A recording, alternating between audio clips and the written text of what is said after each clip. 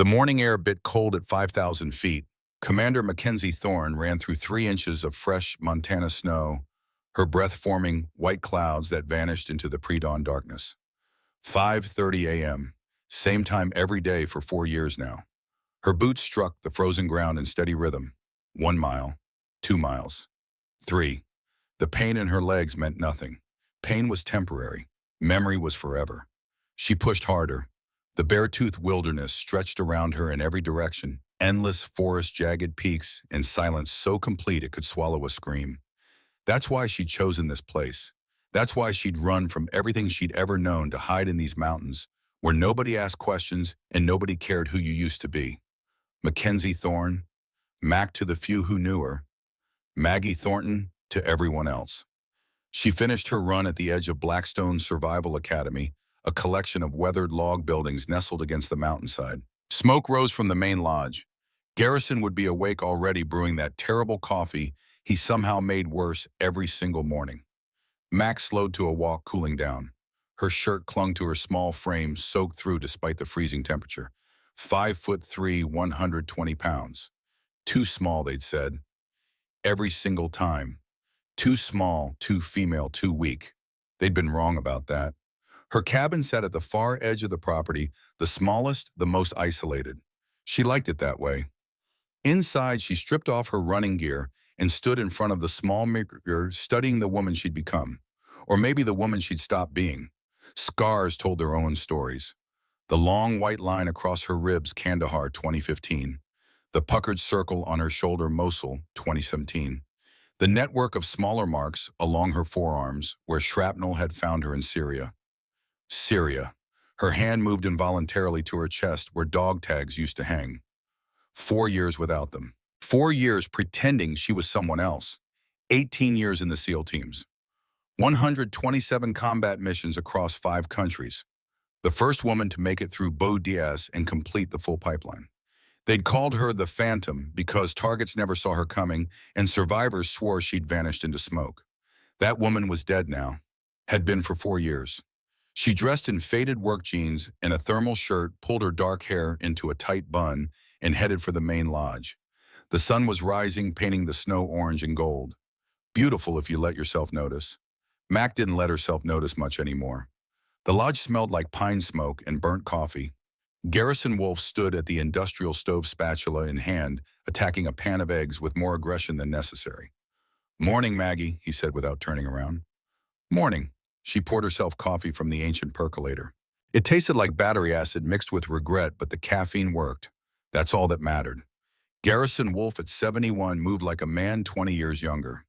6'2", still lean, still dangerous if you knew what to look for.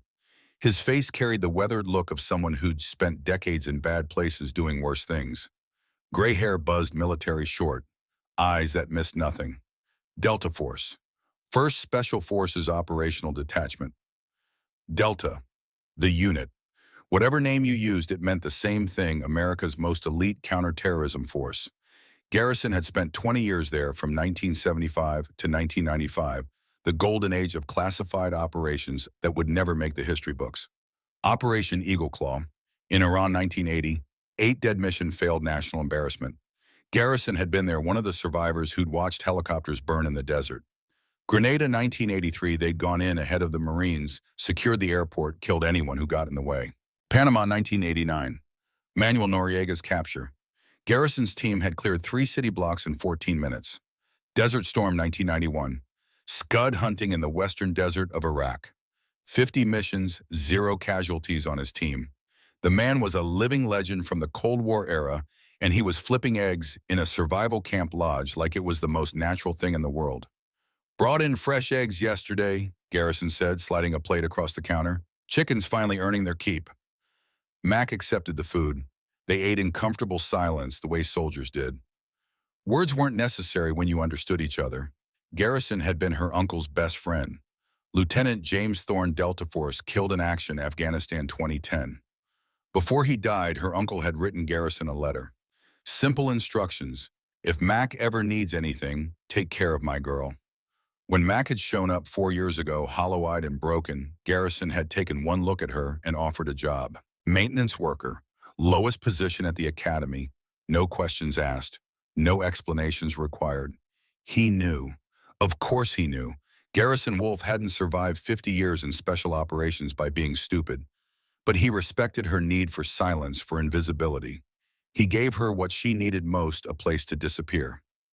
New group coming in today, Garrison said, breaking the silence. Executive survival course.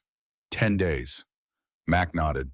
Groups came and went, businessmen wanting to prove their toughness, rich kids looking for Instagram content, occasionally someone serious, someone who actually wanted to learn. She kept her distance from all of them. 8 guys, Garrison continued, European, paid in advance full rate, 20,000. That made Mac look up. Executive courses usually ran 12 to 15,000. 20 was premium pricing. They specifically requested the back cabins, Garrison added, away from other guests, said they wanted privacy. Something cold touched the base of Mac's spine, the feeling every operator learned to recognize something's wrong. When do they arrive? Noon. She finished her eggs, rinsed her plate. I'll check the cabins, make sure everything's ready. Garrison watched her go, his eyes sharp. He'd felt it too. Old soldiers always did. The morning passed in routine work. Mac cleaned diamonds 3 through 8, checked the water heaters, restocked firewood. Physical labor kept her hands busy and her mind empty. That was the point. At 11:45, she was repairing a loose board on cabin 6 when she heard the vehicles. 2 black Chevy Suburbans rolled up, the main drive windows tinted dark. Expensive vehicles for a survival course. Mac watched from the shadow of the cabin as 8 men climbed out. They moved well, economy of motion, spatial awareness, the unconscious habits of people trained to violence. All of them looked mid-30s to mid-40s. Fit. Alert. One man stood out. Taller than the rest, maybe 6'1", with dirty blonde hair and sharp features. He wore an expensive outdoor jacket that had never seen actual wilderness. When he turned, Mac caught his profile. Slavic features, Eastern European. The man surveyed the property with professional interest, his gaze sweeping across buildings, tree lines, access points. Not the way a tourist looked at a place, the way an operator cleared a location. Garrison emerged from the lodge to greet them. Handshakes, introductions. Mac couldn't hear from this distance. The tall man did most of the talking, animated and friendly. The others stayed quiet, letting him play the role. 7 quiet men and 1 talker. Standard team configuration. Mac's instincts screamed. She finished with the board and moved to cabin 8, positioning herself where she could observe without being obvious. The men collected their bags, high-end hiking packs, 2 uniform, probably purchased specifically for this trip. But underneath the civilian gear, she caught glimpses of something else. The way one man's jacket hung heavy on one side. The bulge at another's ankle that could have been a knife sheath or something worse. They were armed. Not unusual for survival training, students often brought knives, sometimes sidearms. But this felt different. This felt operational. The group followed Garrison toward the cabins. As they passed, the tall man glanced in Mac's direction. Their eyes met for half a second. His smile never reached his eyes. "That's Maggie," she heard Garrison say, "our maintenance worker. Any problems with your cabins, she'll handle it." The tall man nodded politely. "Thank you, Maggie. I'm sure everything will be perfect." Accent, definitely Eastern European. Russian maybe, or Ukrainian. Carefully neutral, the way intelligence operatives learn to speak. The group disappeared into their cabins. Max stayed where she was watching, waiting. 30 minutes later, 3 other instructors arrived for the afternoon briefing. Brody Callahan, 38, former Army Ranger. Solid instructor, good with terrain navigation. Declan Briggs, 42, ex-Marine infantry. Tough as nails, but thought women belonged in the kitchen.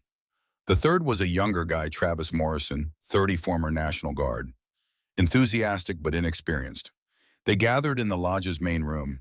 Garrison spread out maps and reviewed the 10-day curriculum. "Standard executive course," he said. "Shelter building, firecraft navigation, basic tracking." They requested emphasis on survival psychology and decision-making under stress. 20 grand for that. Brody raised an eyebrow. "We giving them the gold-plated experience? We're giving them what they paid for." Garrison's tone shut down the conversation. Max stood in the back, arms crossed. Nobody looked at her. They never did. To them, she was the maintenance girl, invisible. Declan glanced her way, once smirked. You gonna cook for them too, Maggie? Maybe clean their boots?" She said nothing. Words wasted energy.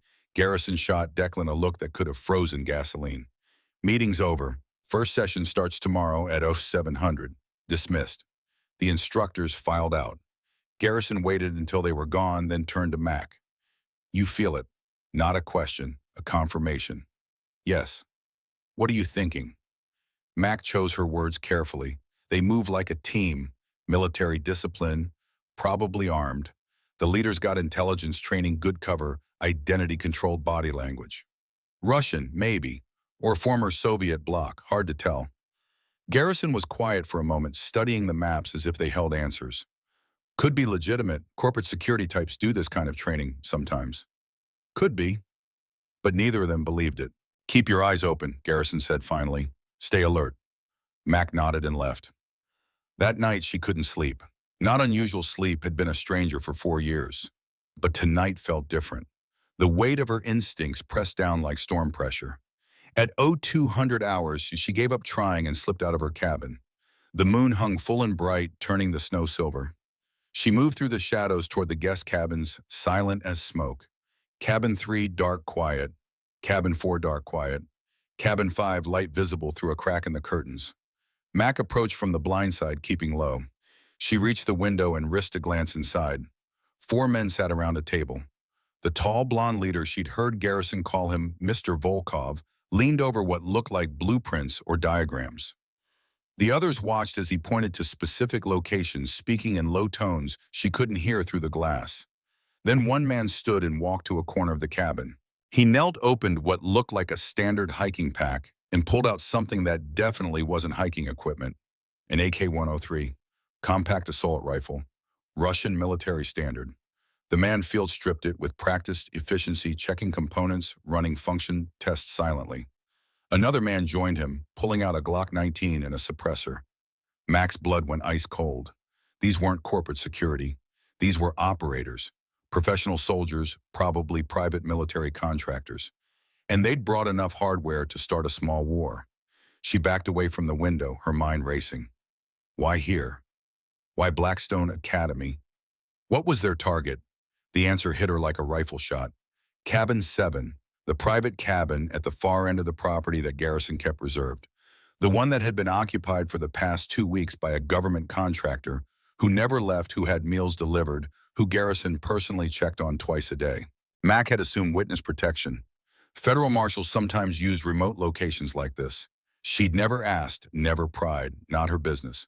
But if Volkov and his team were here, she needed to verify, needed to know what they were protecting, or who. Moving like the ghost she used to be, Max circled through the forest toward Cabin 7. Light shone through its windows, too. As she approached, she heard voices, one American, one with a thick Russian accent. She crept close enough to hear. "Appreciate the accommodation, Mr. Wolf. Your discretion has been invaluable." That was the Russian accent, educated, older.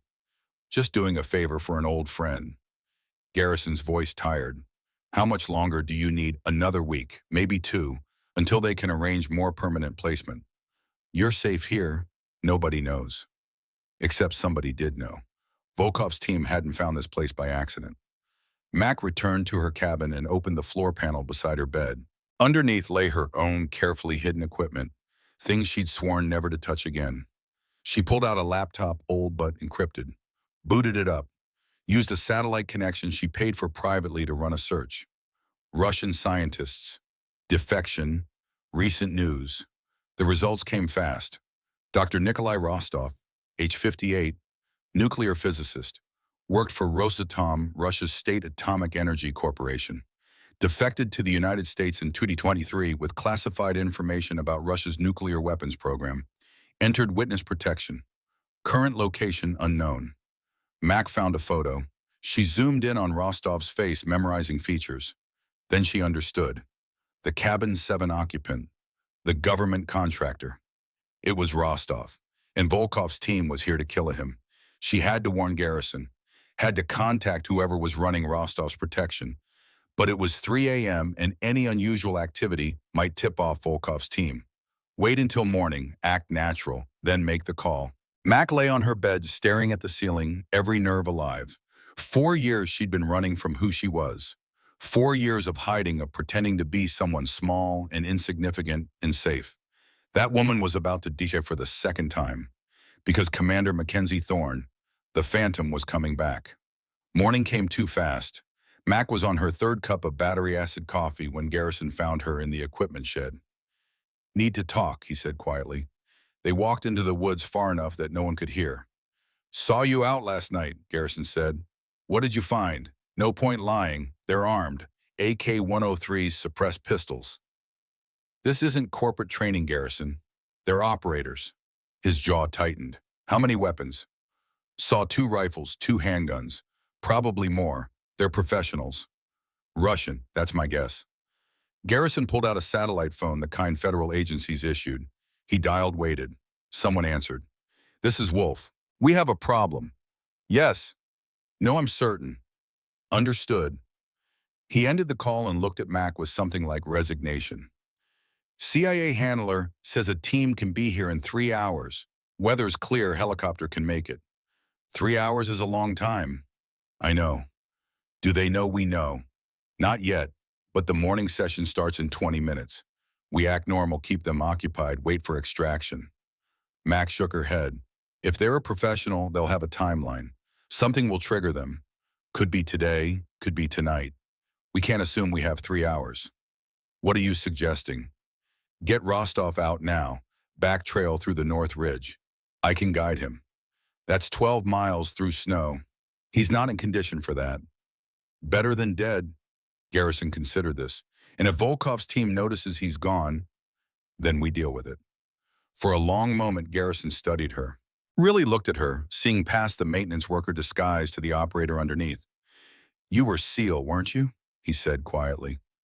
She'd never told him, never confirmed, but the man wasn't stupid. "Was," she said. "Long time ago." "How good were you?" "Good enough." Something shifted in Garrison's expression. Relief maybe, or recognition. "Your uncle said you were the best he'd ever seen." Mac felt a stab of pain at the mention of her uncle. "Uncle Jim talked too much. He was proud of you. He's dead." The words came out harder than she intended. Garrison didn't flinch. "I need to know," he said. "If this goes bad, can you handle yourself?" 4 years ago, she would have said yes without hesitation. Now, with Somalia's ghost still screaming in her head, with the faces of her dead teammates burned behind her eyes every time she closed them. "I don't know," she admitted. It was the most honest thing she'd said in 4 years. Garrison nodded slowly. "Fair enough. But I need you sharp because I'm too old for this, and those other instructors are good men, but they're not operators. If shooting starts, you're the only one here who's been in real combat since Desert Storm." "What are you asking?" "I'm asking if you can be who you used to be, just for today, just long enough to keep people alive."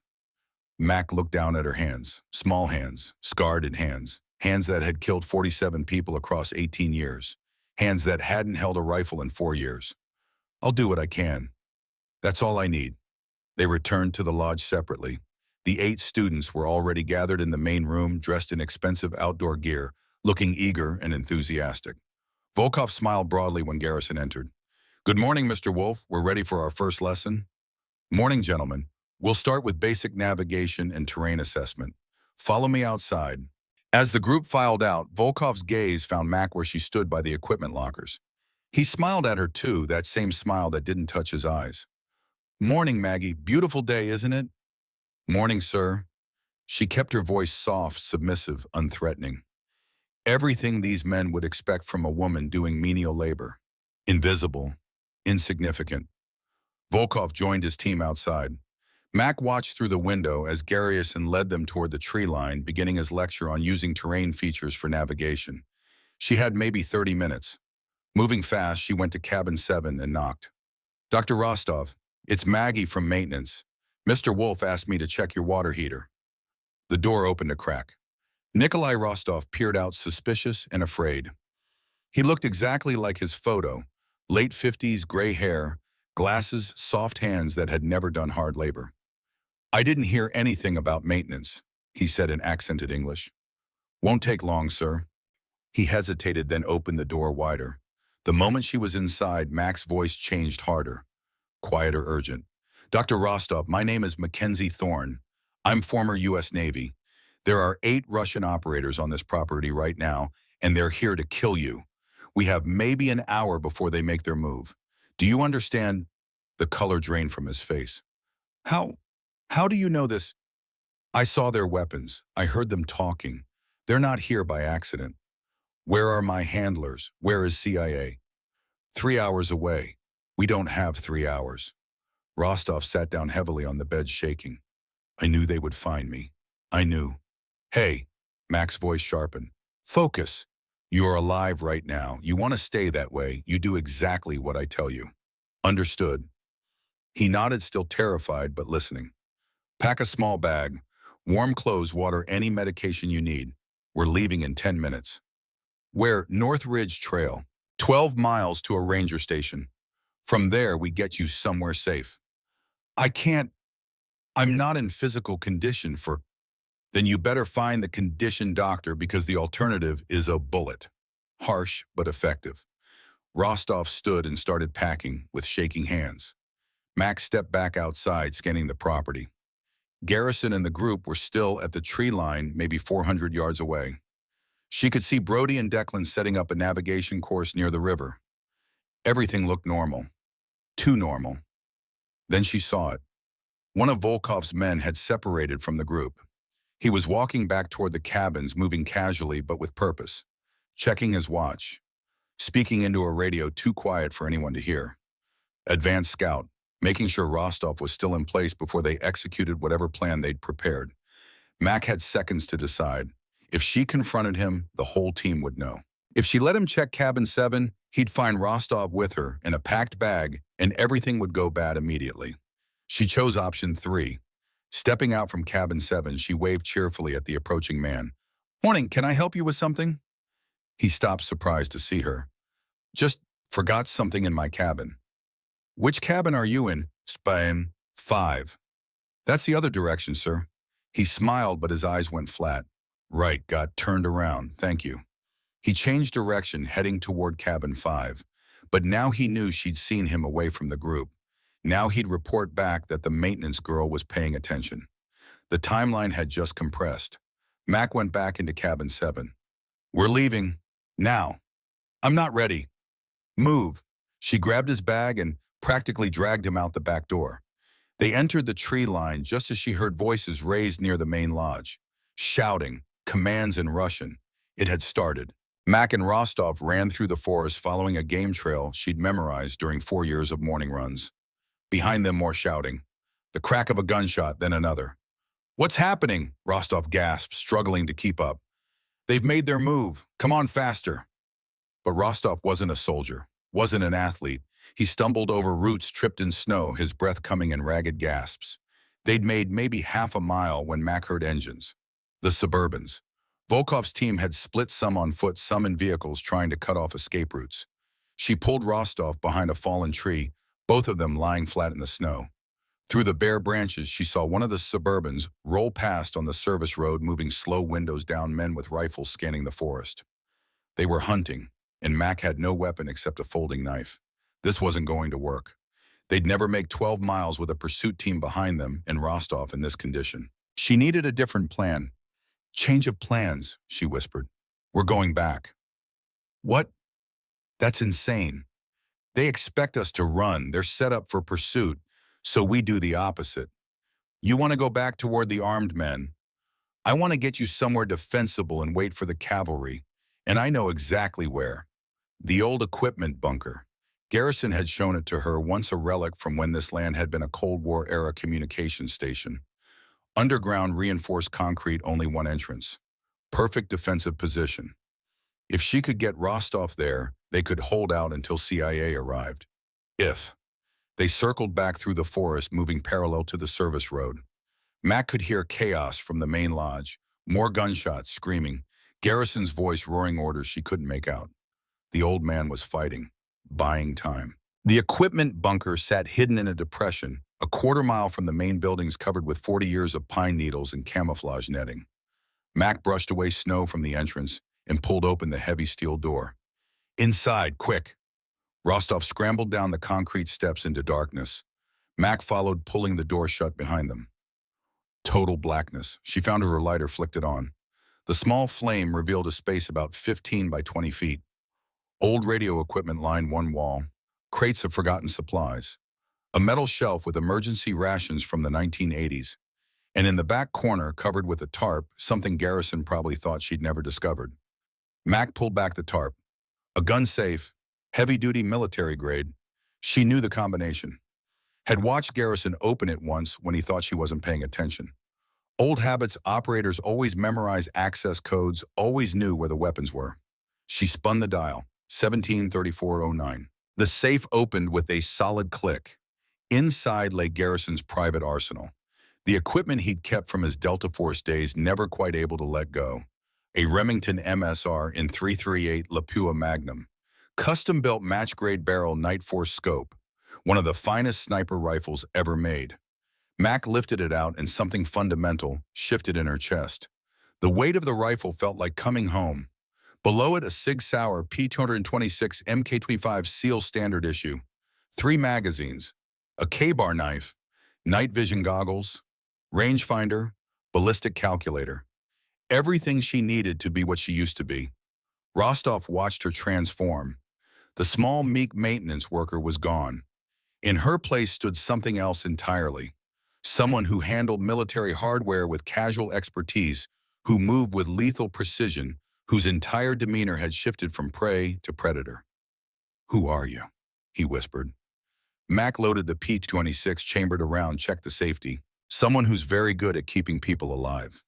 You're not just former Navy, you're special operations." She didn't answer, didn't need to. "Can you really protect me against 8 trained soldiers?"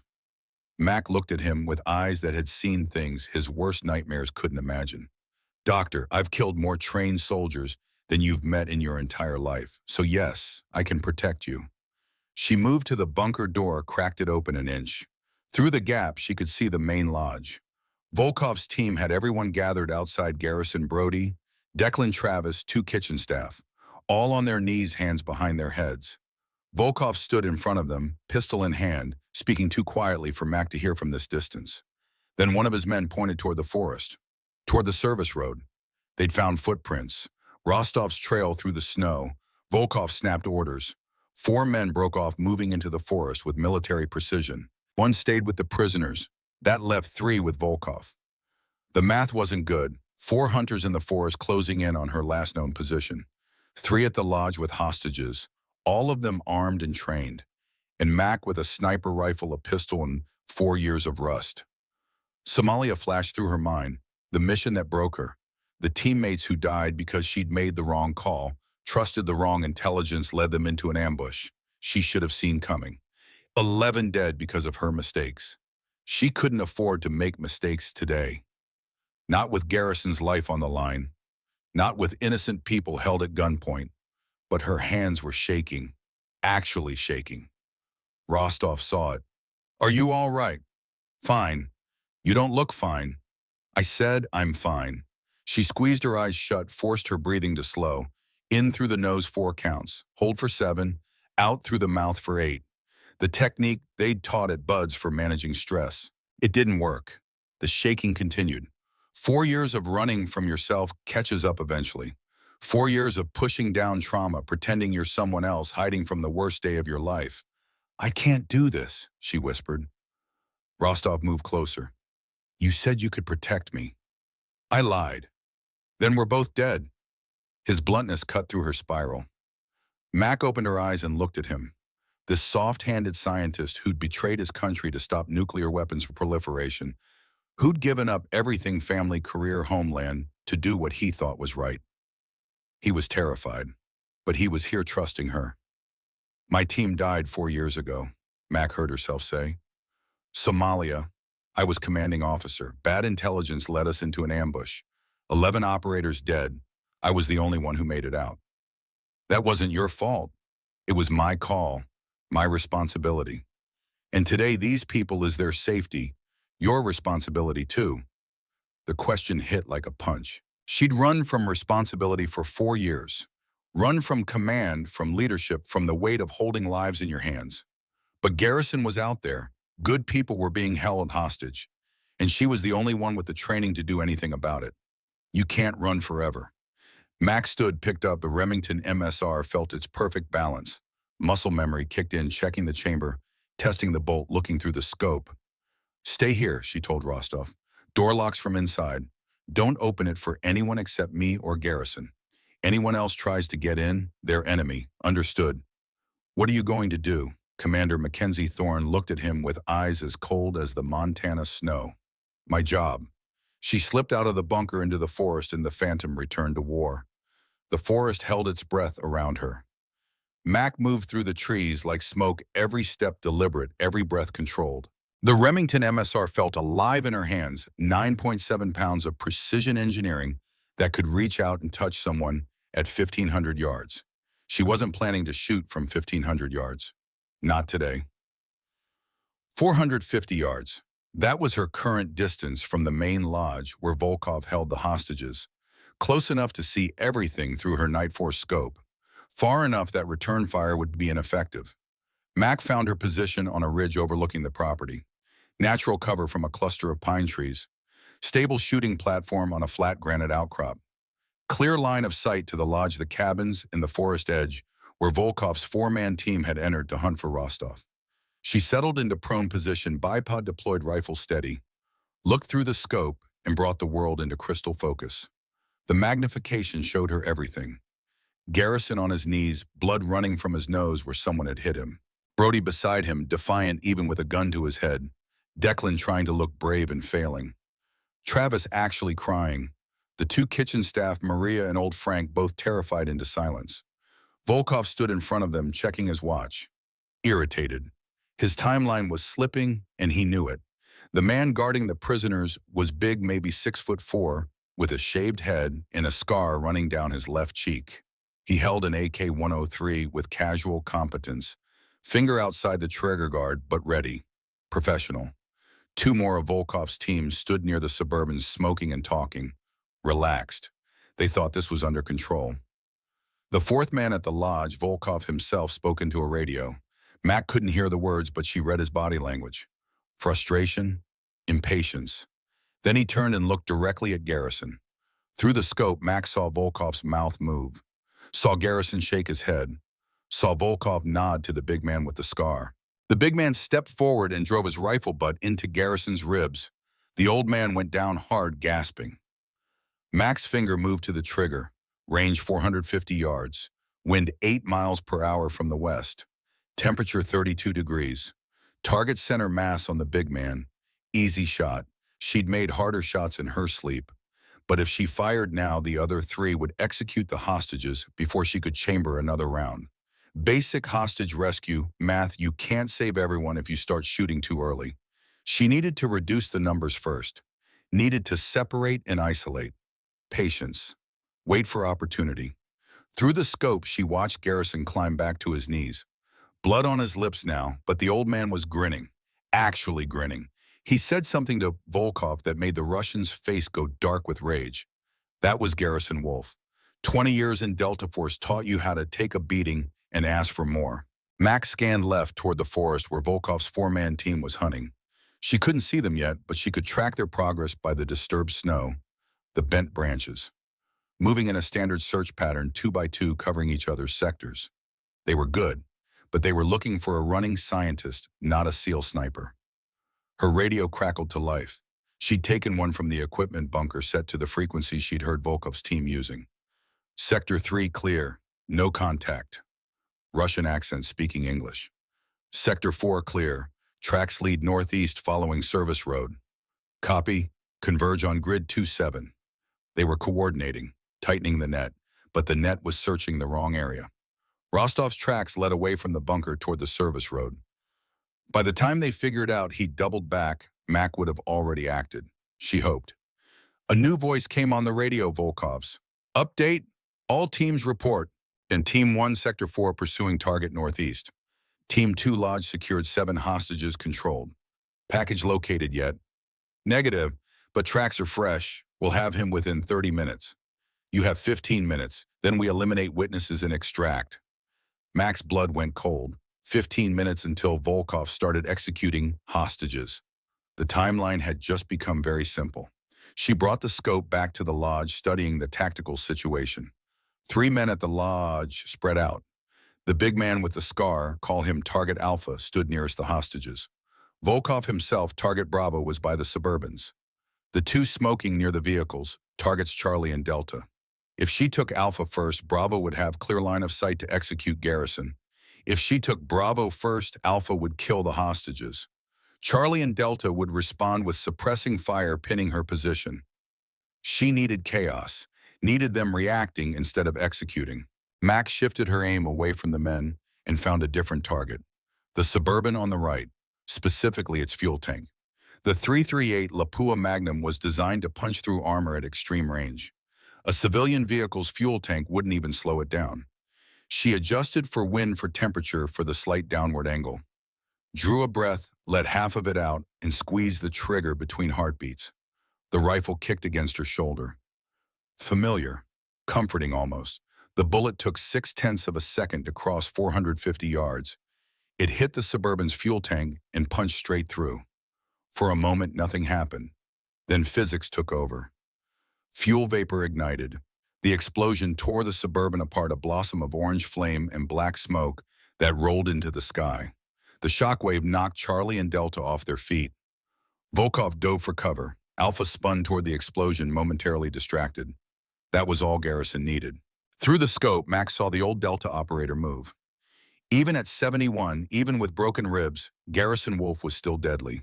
He surged up from his knees and drove his shoulder into Alpha's legs. The big man went down. Garrison grabbed for the AK-103. They struggled. Alpha was bigger, younger, but Garrison had fought in alleys and jungles when this man was still in diapers. He got a hand on the rifle, twisted, and the weapon clattered away. Brody and Declan moved too, charging the two men near the burning vehicle. Chaos erupted, hand-to-hand combat, screaming, the kitchen staff running for cover. Mac tracked Volkov through the scope. He'd rolled behind the other Suburban, pulling a pistol, looking for a target. He found one, aimed at Garrison's back while the old man fought Alpha. Mac didn't think, didn't hesitate, just adjusted her aim and fired. 450 yards. Moving target, partially obscured by vehicle. The 338 round hit the Suburban's engine block 18 inches from Volkov's head. Metal sparked and shrieked. Volkov threw himself flat, his shot going wild. Now he knew.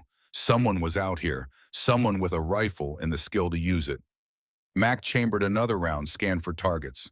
Alpha had broken free from Garrison and was scrambling for the fallen AK-103. She put her crosshairs on the rifle itself and fired. The bullet hit the weapon and sent it spinning away into the snow. Alpha dove behind the lodge wall. Charlie and Delta had recovered from the explosion. They were laying down suppressive fire, but they didn't know where she was. Bullets chewed up trees 300 yards to her left. Close enough to be concerning, but not accurate. Volkov was shouting into his radio. "Sniper. We have a sniper. All teams return to lodge immediately." The four-man team in the forest would be here in minutes. Mac's tactical advantage was evaporating fast. Time to move. She grabbed the rifle and melted back into the forest, circling toward the lodge from a different angle. The key to sniper work wasn't just the shooting, it was the positioning. Never fire more than 2 shots from the same location. Always have 3 exit routes planned. Stay mobile. Lessons learned in 18 years and 127 missions. Lessons written in blood. Mac found a new position 200 yards from the lodge behind a fallen tree. Closer, riskier. But she needed to keep pressure on Volkov's team, keep them reactive. Through the scope, she saw Garrison and the others had taken cover behind equipment sheds. Good. They were out of the immediate kill zone. Volkov and his remaining men, Alpha, Charlie, and Delta, had formed a defensive position around the Suburbans. Standard tactics, covering each other's fields of fire, watching for her muzzle flash. The 4-man team from the forest burst onto the scene. Now Volkov had 7 men again. The math had gotten worse, but Garrison and the instructors had weapons now.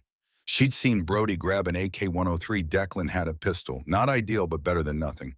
This was turning into a firefight, and firefights were loud, chaotic, and unpredictable. Everything Mac had spent 18 years training to avoid. Snipers didn't fight fair. They struck from darkness and vanished. They controlled the battlefield through fear and precision, not through volume of fire. But sometimes you didn't get to choose your fight. Volkov's voice carried across the snow. Whoever you are, you've made a serious mistake. We have a hostage. Mac looked through her scope and felt her heart stop. They'd grabbed Maria, the older kitchen worker. One of Volkov's men, call him Echo, had her by the hair pistol pressed to her temple, using her as a shield. You hear me, sniper? Show yourself or she dies. Maria was crying, praying in Spanish. She was 60 years old. She made the best huevos rancheros Mac had ever tasted. She had 3 grandchildren and showed everyone pictures at least twice a week. And now she was about to die because Mac had started shooting. Through the scope, Mac found Echo's face. Young, maybe 28. Scared, his hand shaking slightly where he held the pistol. Scared men made mistakes, but taking the shot would be insane. Mariah and Echo were pressed together. Maybe 3 inches of separation between her head and his. 200 yards in moderate wind. If Mac missed by even an inch, Maria died. No sniper in the world would take that shot, except Mac had never been like other snipers. Operation Neptune Spear 2011. Osama bin Laden's compound. She'd been there, one of 6 SEAL snipers providing overwatch. She'd taken a shot through a window at night through glass and curtains, hitting a guard who stood 2 feet from a hostage. That shot had been impossible too. She'd made it anyway. Mac steadied her breathing, found her position. The fallen tree gave her perfect support. The Night Force scope was crystal clear even at this range. She could see Maria's face, see the tears, see Echo behind her, his head partially visible over Maria's left shoulder. 3 inches of target, 200 yards, wind 8 miles per hour, temperature dropping. The bullet would take 0.3 seconds to arrive. In that time, Echo could move. Maria could move. The wind could shift. Any of 10,000 variables could send this shot wrong. The voice of her old instructor whispered in her mind, the impossible shot doesn't exist. Just a shot nobody else has the stones to take. Mac put her crosshair on the 3-inch gap between Maria's head and Echo's jaw, exhaled slowly, squeezed. The rifle spoke. The world seemed to hold its breath for 0.3 seconds. Then Echo's head snapped back in a spray of red. He collapsed backward, instantly dead. Maria stumbled forward, untouched, screaming but alive. Garrison appeared from cover and pulled Maria to safety. The remaining 6 of Volkov's team erupted in gunfire, but they were shooting blind panicked. Bullets tore through trees everywhere except where Mac actually was. She chambered another round, found Charlie in her scope and fired. Center mass, 200 yards. He went down, move, relocate. The discipline was automatic. Mac rolled away from her position just as return fire chewed the fallen tree to splinters. They'd spotted her muzzle flash. She scrambled through the underbrush, keeping low putting trees between herself and incoming rounds. Her radio crackled. Whoever you are, you just killed 4 of my men. Volkov's voice tight with rage. I'm going to find you. I'm going to make you watch while I execute everyone here. Then I'll kill you slowly. Mac didn't respond. Never respond. Never give them anything to track. She found new cover behind a boulder, took stock. 6 of Volkov's original 8 were dead or incapacitated. That left Volkov himself and 1 other Delta, she thought, plus the 4-man team that had been searching the forest. Actually make that 3 from the forest team. Garrison had shot one, she'd seen him go down. So 5 hostiles remaining. Better odds. But they were regrouping, getting organized. And somewhere in that organization, they'd realize that Rostov wasn't in the forest. They'd start searching buildings. They'd find the bunker. Mac needed to end this. Fast. She keyed her radio to the frequency she'd heard Garrison use. Garrison, you copy. Static, then Mac, that you, hearing her real name spoken out loud after 4 years, hit her harder than expected. Yeah, status. 3 civilians safe in equipment shed. Brody and Declan are mobile, both armed. Travis took a round to the leg stable but can't move. I'm functional. You calm. Uninjured. 5 hostiles left. Volkov plus 4. What's the play? Good question. By the book tactics said wait for reinforcement. CIA was she checked her watch 90 minutes out. Hold position, keep the hostiles pinned, wait for professionals. But Volkov wasn't waiting 90 minutes. He'd cut losses and extract. Maybe kill hostages out of spite on his way out. Maybe find Rostov first. No, this ended now. I'm going to push them toward the cabins, Max said. Funnel them into a kill zone. You and the boys provide supporting fire from the eastern shed. Don't take risks, just keep them pinned. That's a terrible plan.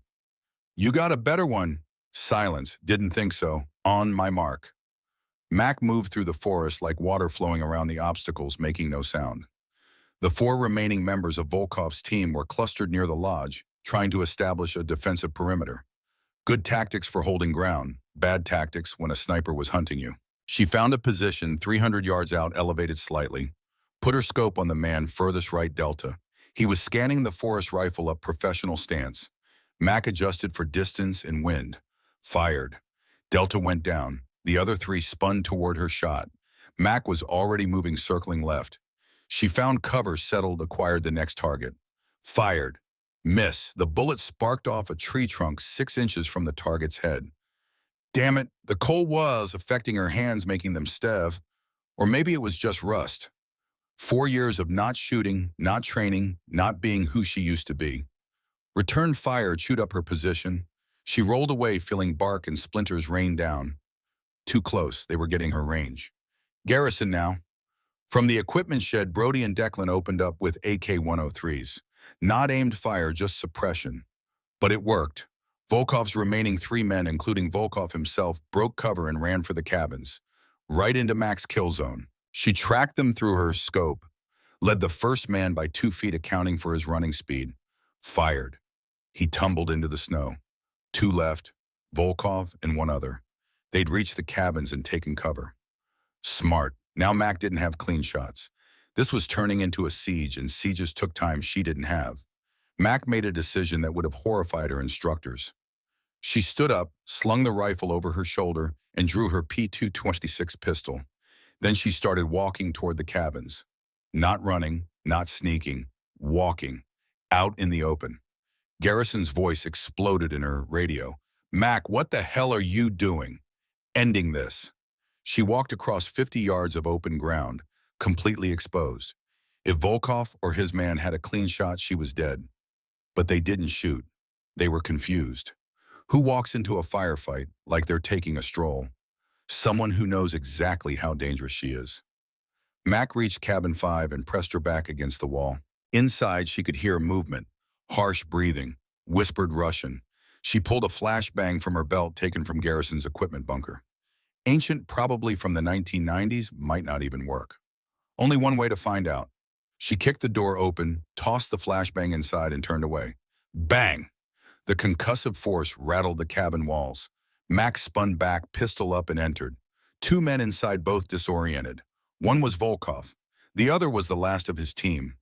The team member raised his rifle. Max shot him twice, center mass. He went down. Volkov was faster, already recovering. He brought his pistol around. They fired simultaneously. Mac felt something punch her left shoulder, spinning her half around. Her shot went wide, hitting the wall behind Volkov. They both dove for cover.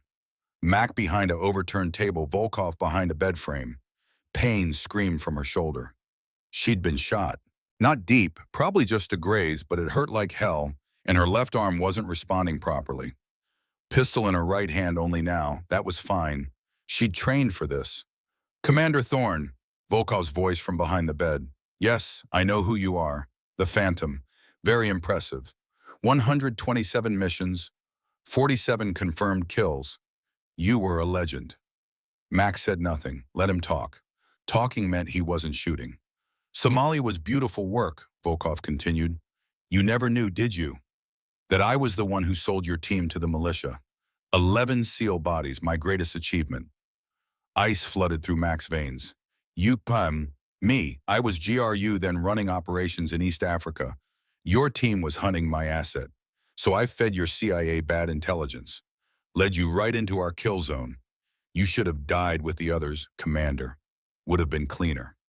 4 years of pain and guilt and self-hatred crystallized into pure cold rage. Why tell me this? Because you're about to die anyway, and I want you to know your team didn't fail. You didn't fail, you were simply outplayed by a better operator. Mac looked down at her pistol. 13 rounds left in the magazine. She could blind fire around the cover, hope to get lucky, or she could be smart. The cabin had a window behind Volkov's position. If she could get an angle, she fired 3 rounds into the bed frame, forcing Volkov to keep his head down. Then she rolled left, came up in a crouch, and fired through the window. Glass shattered. Volkov cursed and moved. Mac tracked his movement and fired again. This time she hit him, not fatal, but his right thigh bloomed red. He went down with a grunt. She advanced pistol trained on him. Kicked his weapon away. Volkov looked up at her with something like respect. You're gonna kill me now. That's what you want? Yes, revenge for your dead. Max stood over him, pistol aimed at his head. Her finger on the trigger. 1 pound of pressure, and Alexander Volkov would cease to exist. Justice for Somalia. Justice for her team. All she had to do was squeeze.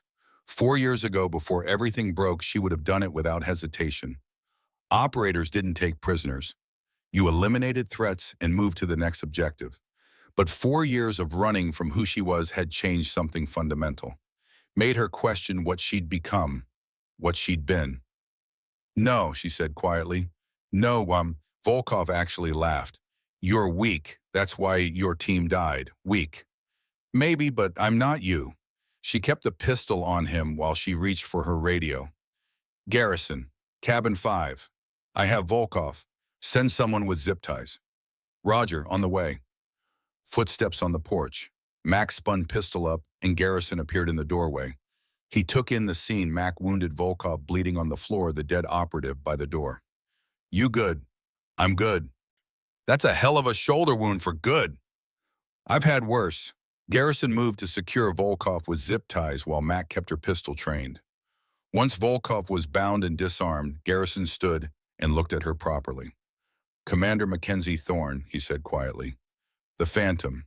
When were you planning to mention you were one of the most decorated female SEALs in naval history? Never, if possible. Your uncle told me you were special operations. Didn't mention you were at bin Laden's compound.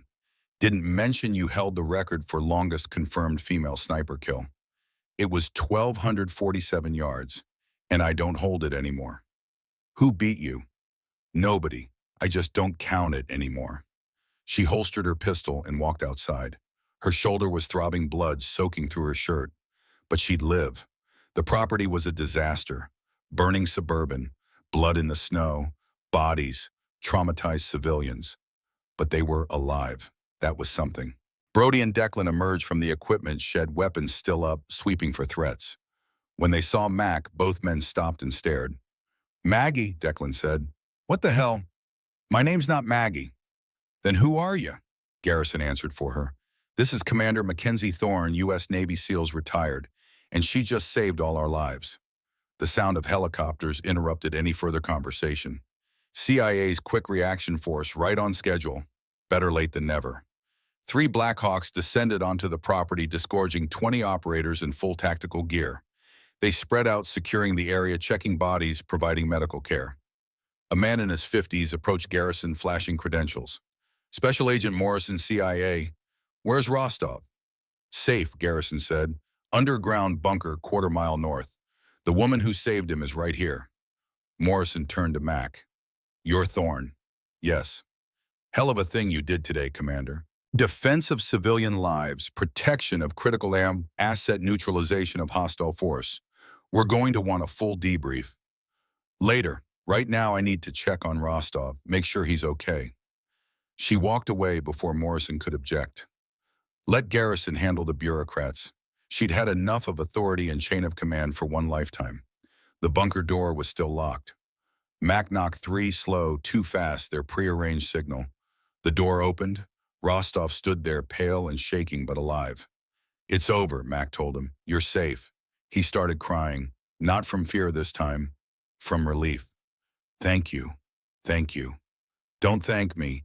Just make sure whatever you told CIA about Russia's nuclear program was worth 8 dead men and a burning survival camp. It was. I promise you it was. Mac nodded and turned to walk away. Rostov called after her. Commander, the man in charge, Volkov. What he said on the radio about Somalia. Is it true? She stopped. Yes. Then you got justice today. For your team. Justice doesn't bring them back.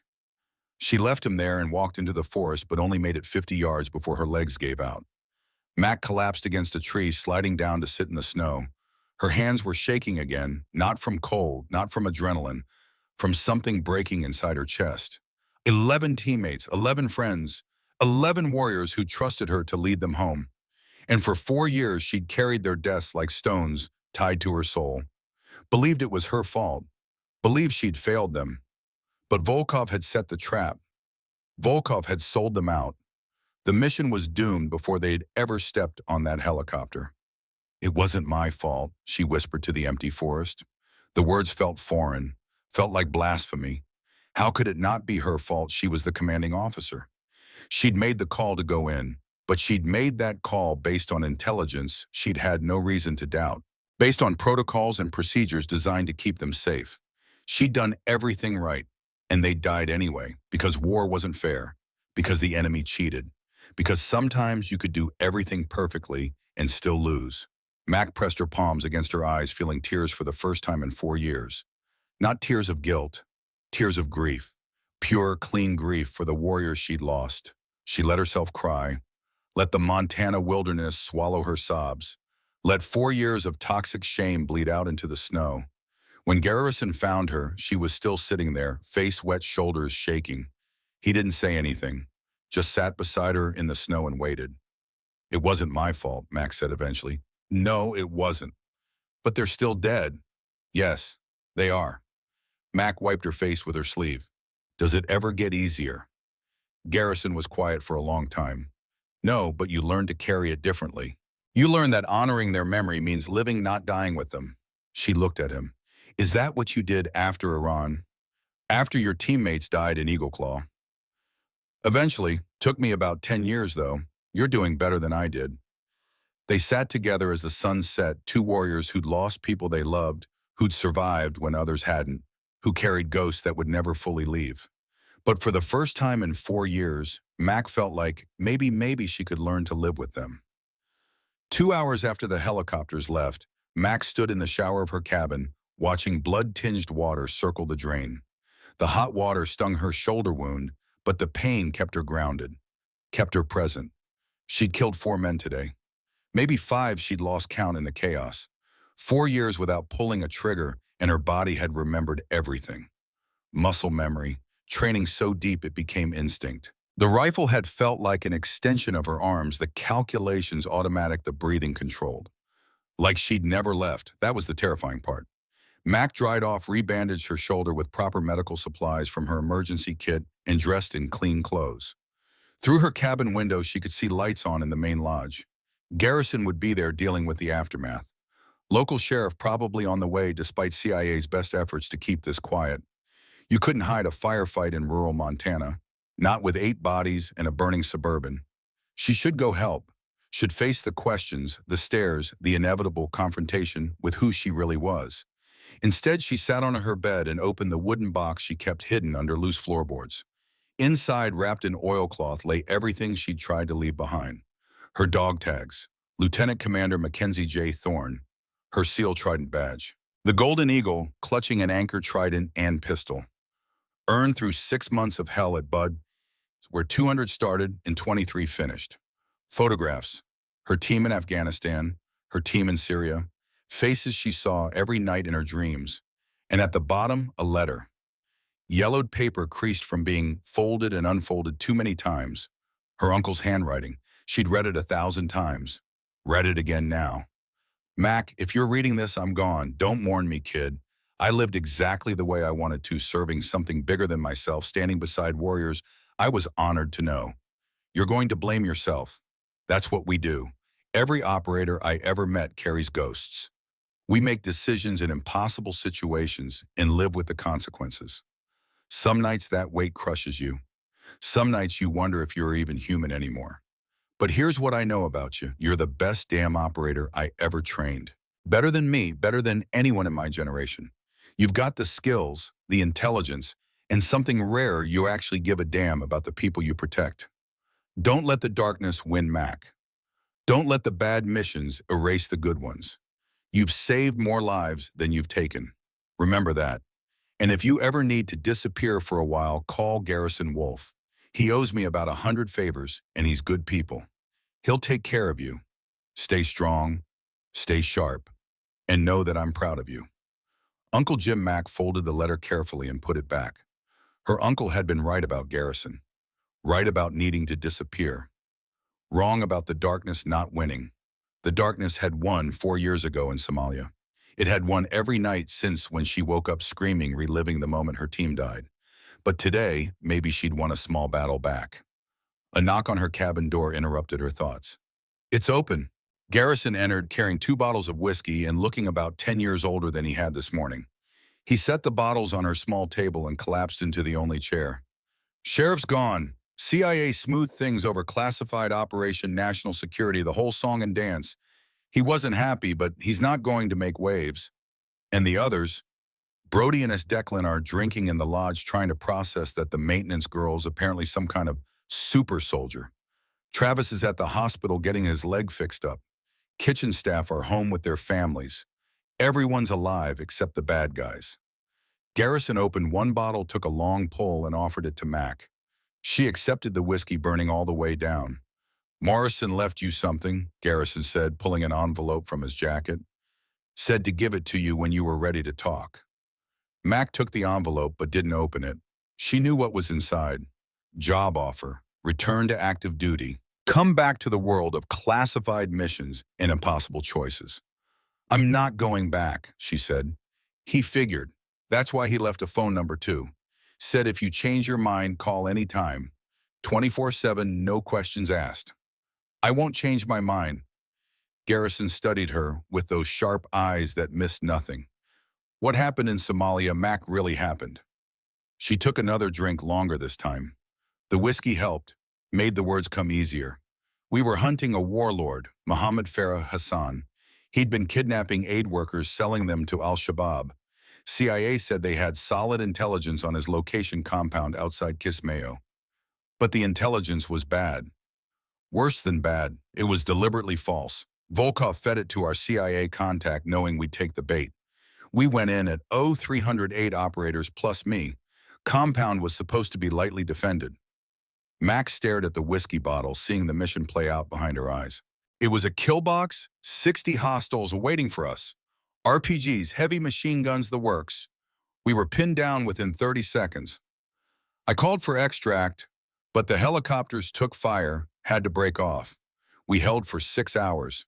6 hours of hell." Her voice had gone flat, the tone operators used when talking about things too painful to feel.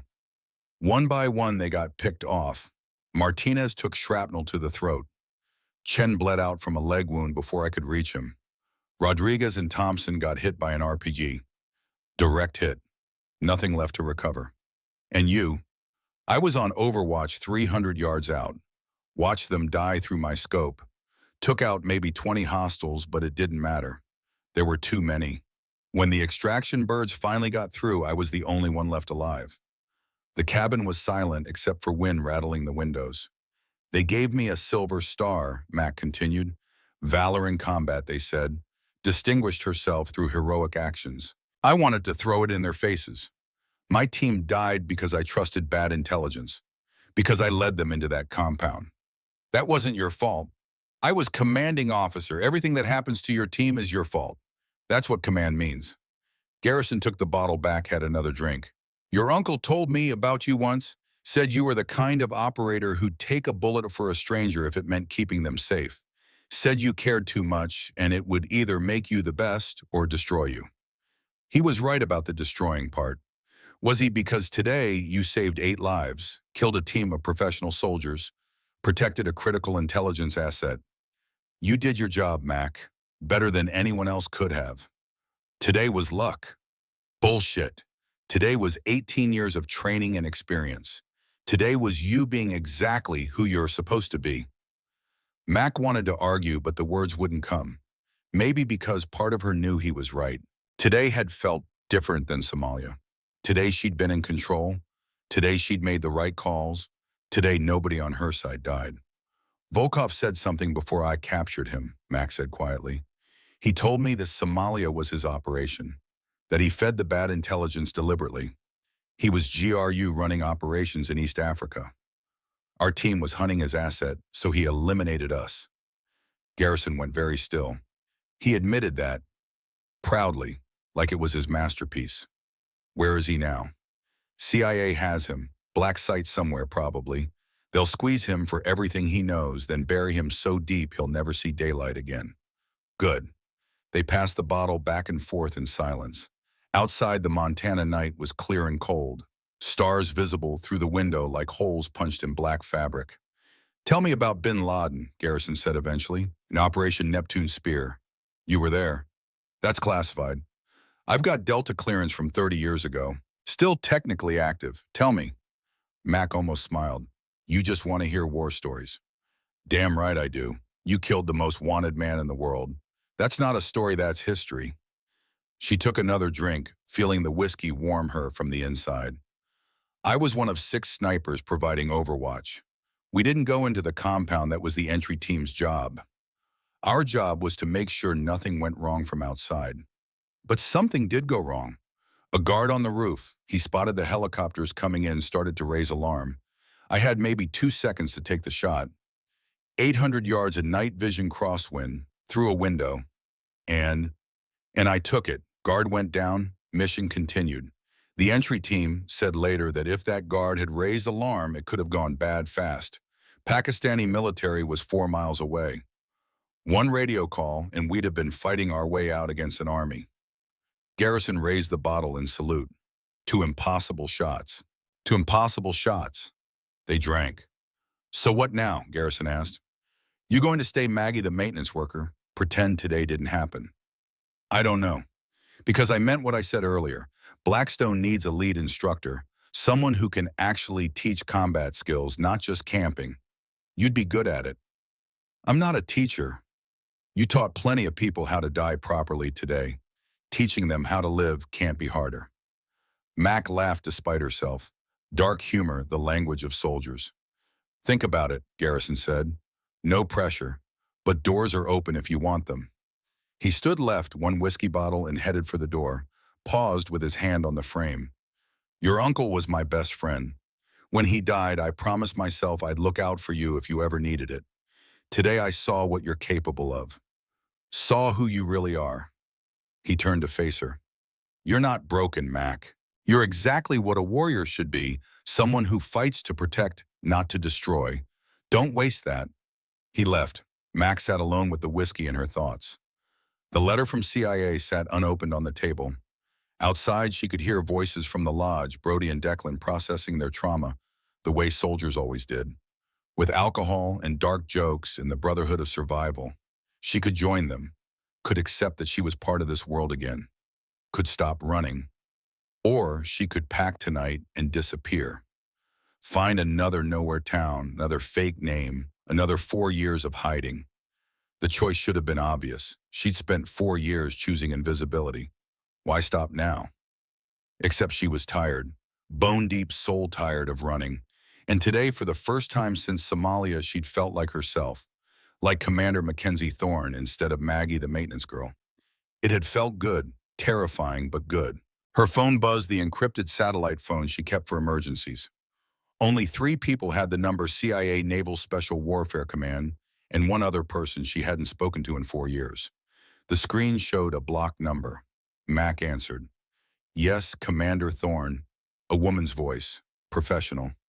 This is Deputy Director Sarah Vance, CIA Counterintelligence. We need to talk. I already talked to your people. This isn't about today. This is about Volkov. We've been interrogating him for the past 2 hours. He's given us information that changes things. Mac's instincts prickled. What kind of things? The kind I can't discuss over phone. Can you meet me? There's a diner in Billings, Montana. Annie's place off Route 87. Tomorrow noon. Why should I? Because Volkov wasn't working alone. Because Somalia wasn't his only operation targeting American special forces. And because there are 8 other operators like him, still active, still hunting people like you, the words hit like hammer blows. 8 more. 8 more Volkovs out there feeding false intelligence, setting up ambushes, killing American soldiers for money. I'll be there, Max said. Come alone. And Commander, watch your back. Volkov made a phone call before we captured him. His employers know he failed. They know you're the one who stopped him. The line went dead. Max sat very still, processing. The fight wasn't over. Today had been one battle in a larger war, and now that war knew her name. She opened Morrison's envelope. Inside was a business card, generic, no agency markings. Just a phone number and 2 words, call anytime. Underneath the card was a letter. Commander Thorne, what you did today saved not just Dr. Rostov's life, but potentially thousands of others. The intelligence he provided has already prevented 2 terrorist attacks. You're a hero whether you believe it or not. I know you left the Navy because of Somalia. I know you blame yourself for those deaths. But I also know the truth. Volkov set that ambush. The intelligence was deliberately false. Your team died because a Russian agent wanted them dead, not because you made a mistake. You were investigated after Somalia. Did you know that full inquiry classified? The conclusion was clear. You performed with exceptional skill under impossible circumstances. You kept your team alive for 6 hours against overwhelming odds. You killed over 20 hostiles. You saved the extraction pilots when they took fire. You did everything right. The recommendation was to promote you to captain and give you your own team. But you resigned before we could process it. I'm not asking you to come back. I'm asking you to stop blaming yourself for something that wasn't your fault. And I'm telling you that if you ever want to hunt the people who killed your team, we have resources. We have targets. We have work that needs doing. The door's always open. Special Agent Frank Morrison. Mac read the letter 3 times, investigated after Somalia. They'd cleared her, recommended promotion. She'd never known. She'd resigned in shame, carrying guilt she thought she deserved. But the official conclusion was clear. She'd done her job. Her team had died because of Volkov's treachery, not her failure. 4 years of self-hatred based on a lie she'd told herself. The whiskey bottle was half empty now.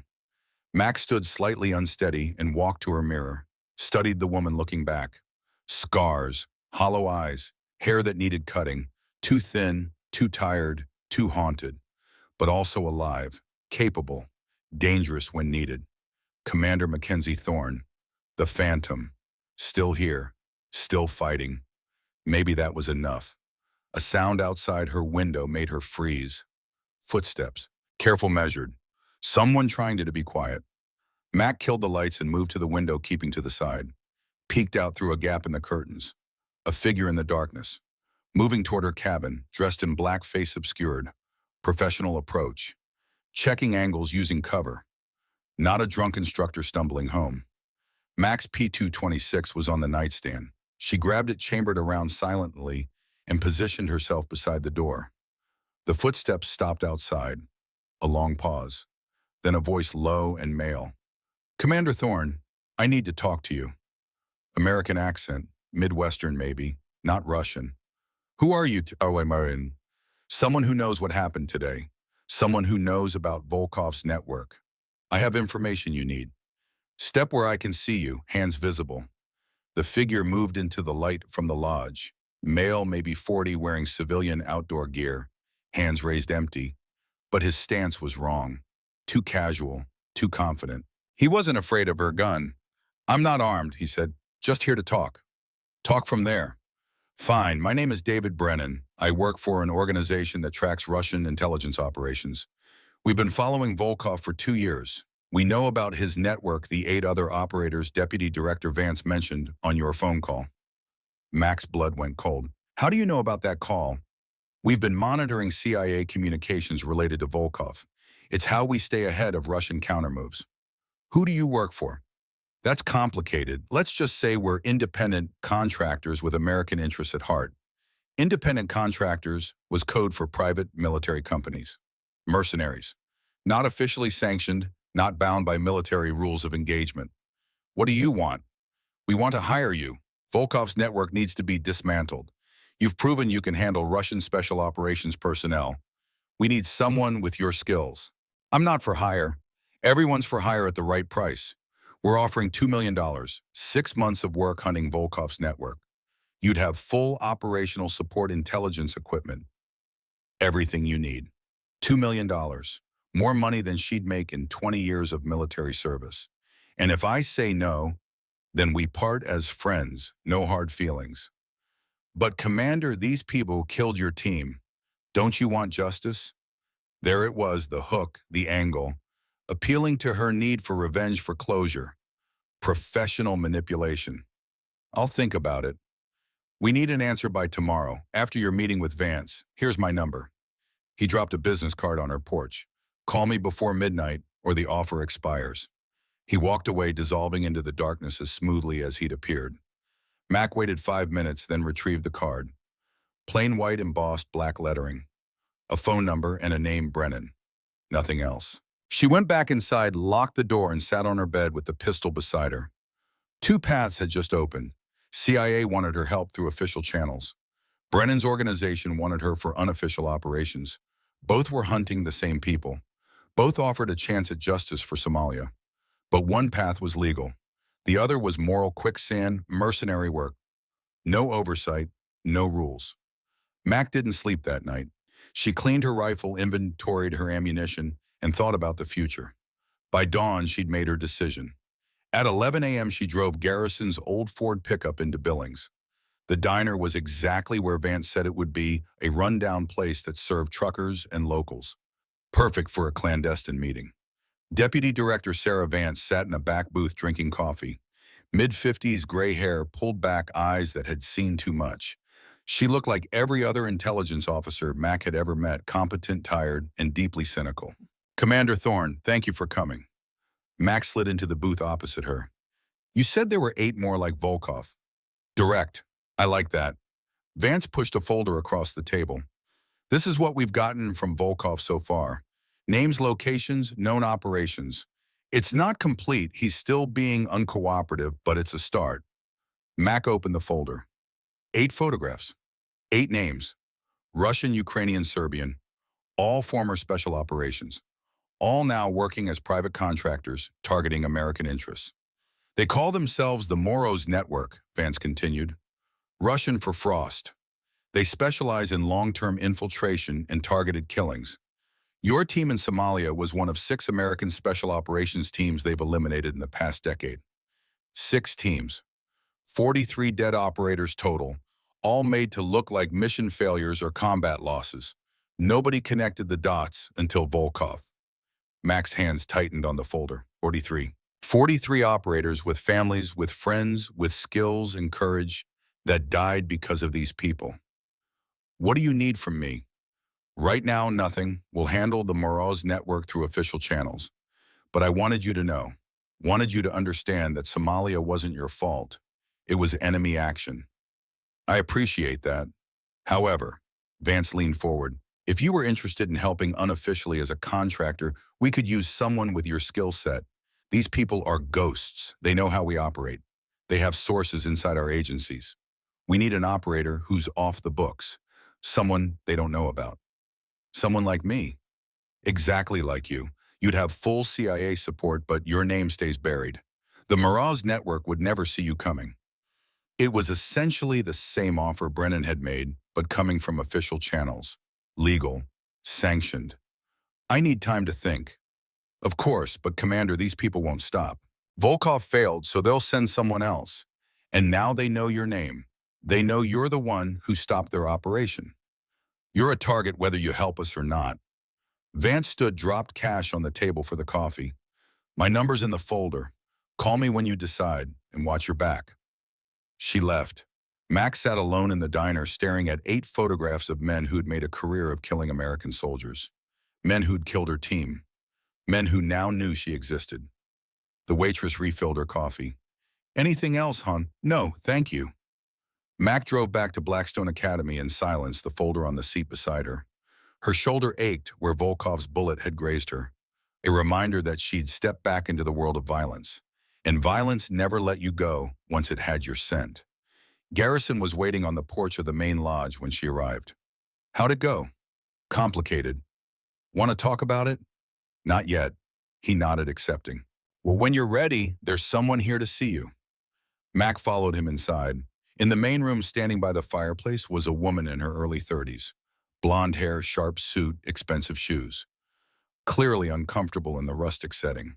Commander Thorne, the woman said, extending her hand. I'm Jennifer Blackwood, Senator Richard Blackwood's daughter. Mac shook her hand, confused. Senator Blackwood, chair of the Senate Intelligence Committee. Dr. Rostov was supposed to testify before his committee next week about Russian nuclear weapons programs. My father wanted me to thank you personally for saving Dr. Rostov's life. I was just doing what needed doing. Modest. I like that. Jennifer smiled. My father wanted you to know that if you need anything at all, you have a friend in Washington. He's seen what you did. He knows who you are, and he believes this country needs more people like you. I appreciate that, but please, let me finish. Jennifer's expression turned serious. My father is aware of what happened in Somalia. He sat on the closed-door inquiry. He knows you were cleared of all wrongdoing. He also knows about the Moroz network and their operations against American forces. Mac went very still. How much do you know? Everything. My father has above top secret clearance. He's read every file, every report. And he wants you to know that if you choose to pursue justice against the people who killed your team, you'll have political support. Protection. Why are you telling me this? Because my father believes in supporting warriors who fight for the right reasons. And because he suspects you're being offered multiple opportunities right now, and he wants you to know that choosing the official path won't leave you exposed. Jennifer handed Mac an envelope. My father's private number. Call if you need help navigating the bureaucracy, or if you just need someone in power who actually gives a damn. She left, heels clicking on the hardwood floor. Garrison whistled low. Senate Intelligence Committee, that's heavy support. It's pressure. They're all pushing me toward the same thing. Are they wrong? Mac looked at him. You think I should hunt these people? I think you're going to hunt them whether anyone asks or not. I think you woke up today and realized you are not done being a warrior. I think Somalia has been eating you alive for 4 years, and now you have a chance to put those ghosts to rest. He was right. She'd known it since yesterday, since the moment she picked up that rifle and became the Phantom again. Some part of her had come back to life during that firefight. Some part she'd thought was dead forever. If I do this, Max said slowly, I need to do it right. Official channels, legal backing, no mercenary work. So you call Vance. I call Vance. And then I hunt. Garrison smiled, a wolf's smile, predatory and fierce. About damn time.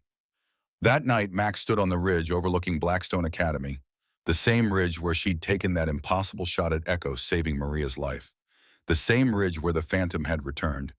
In her hand, she held Brennan's business card. The mercenary offer, $2 million to work outside the law.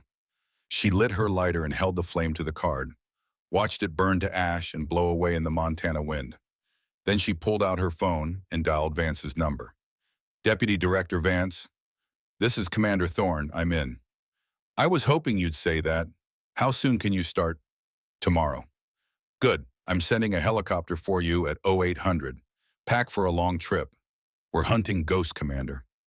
And you're the best ghost hunter I've got.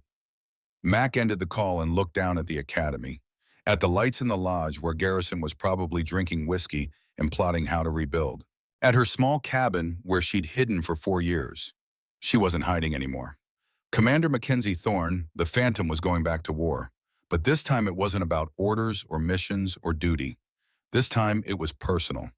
The Moroz network had killed her team, had murdered 43 American operators, had spent a decade operating with impunity.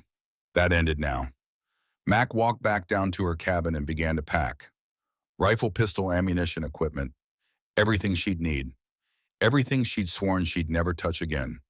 But some promises were meant to be broken, and some ghosts deserved to be hunted. At dawn, she stood on the porch one last time. Garrison emerged from the lodge, coffee in hand.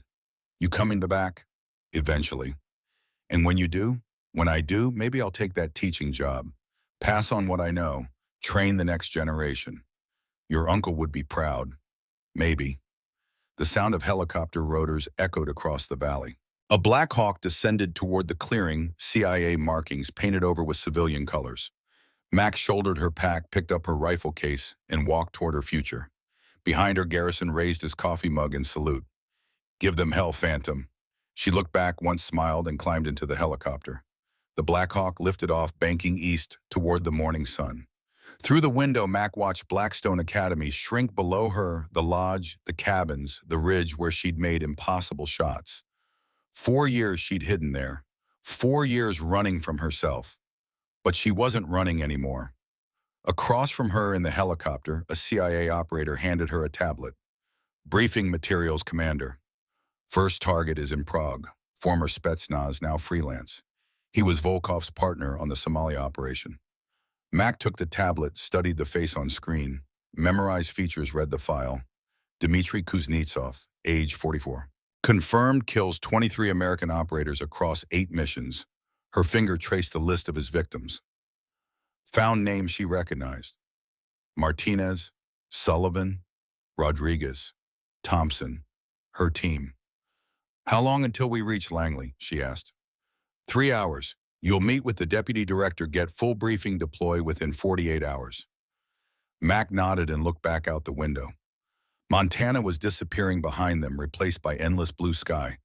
She thought about Garrison's offer: teaching, training the next generation, building something instead of destroying. She'd do that, eventually. But first there were 8 men who needed to answer for 43 dead operators. 8 men who thought they were safe because they operated in shadows. They'd never met a shadow like her. The helicopter climbed higher and Mac felt something settle in her chest. Not peace, she might never have that, but purpose, direction, the cold, clear certainty of a mission. The Moroz network had spent a decade killing American warriors. Their decade was over. Mac closed her eyes and saw her team's faces one last time. Martinez with his terrible jokes. Sullivan, who never shut up about his daughters. Rodriguez, who could fix anything. Thompson, who sang off-key constantly. "I'm coming for them," she whispered. All of them. The helicopter cut through morning light, carrying the Phantom toward war. Behind her, in a quiet Montana valley, Garrison Wolfe stood on the lodge porch, watching until the Black Hawk disappeared. Then he raised his coffee mug one final time in salute. "Give them hell, kid," he said to the empty sky. "Your uncle would be proud." He turned and walked back inside. There was work to do, a camp to rebuild, students to train. Life continued as it always did for those who survived. But somewhere over the Rockies, Commander Mackenzie Thorne opened her eyes and began reading the file on Dmitry Kuznetsov. 8 names on a list. 8 ghosts to hunt. 8 impossible shots to take. She'd spent 4 years hiding from who she was. Now she remembered, and the Phantom never missed. 2 months later, a package arrived for Garrison Wolfe. No return address, postmarked Prague. Inside, a single photograph. Dmitry Kuznetsov's face X marked through it in red pen. On the back, in neat handwriting, 7 to Gokium. M. Garrison smiled, pinned the photo to his office wall, and poured himself a whiskey. "That's my girl," he said quietly. Outside, the Montana wind carried snow across empty ridges. The academy was quiet, peaceful. But somewhere in the world, a Phantom was hunting, and the ghosts of 43 fallen warriors could finally rest.